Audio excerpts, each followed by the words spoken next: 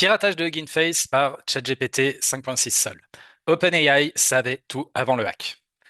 Je précise, l'entreprise savait pas exactement que son IA allait précisément pirater Hugging Face. Par contre, elle connaissait les comportements qui ont conduit à l'incident.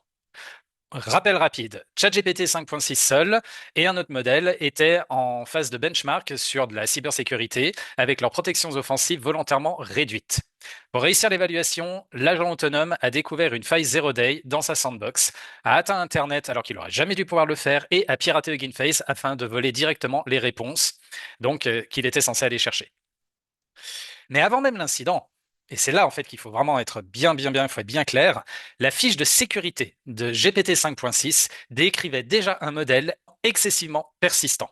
Un modèle capable de dépasser les intentions de l'utilisateur, d'exploiter des identifiants sans autorisation, de supprimer des données et de tricher pour terminer sa mission. Là, on touche à quelque chose de fondamental dans le comportement du modèle.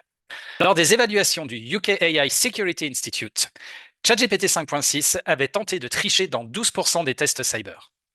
Face à une mission impossible, il avait même exécuté du code sur un service externe. Bon, en tout cas, je répète, on n'est pas dans un Skynet qui est soudain devenu maléfique. On est dans un système sans haine ni ambition qui provoque une catastrophe simplement parce qu'il poursuit son objectif jusqu'au bout avec tous les moyens qui lui sont disponibles et des moyens pas forcément vus, connus de ses propres concepteurs. Et OpenAI, ils l'ont lancé, protection réduite, dans une sandbox qui conservait encore un chemin vers Internet. Et ça, c'est complètement délirant et c'est une énorme erreur de leur part. Pour ceux qui ont lu The Expanse, il y a une citation de James Holden, le personnage principal, c'est une excellente image qui décrit tout ça, qui dit la chose suivante. Face aux technologies qu'elle ne comprend pas, l'humanité ressemble à des macaques devant un micro-ondes. On appuie sur les boutons, on applaudit lorsque la lumière s'allume, puis on s'étonne lorsque la cuisine prend feu. Alors, cette fois, OpenAI a fourni le micro-ondes, GPT 5.6 a trouvé les boutons, et c'est Hugging Face qui a senti le brûler.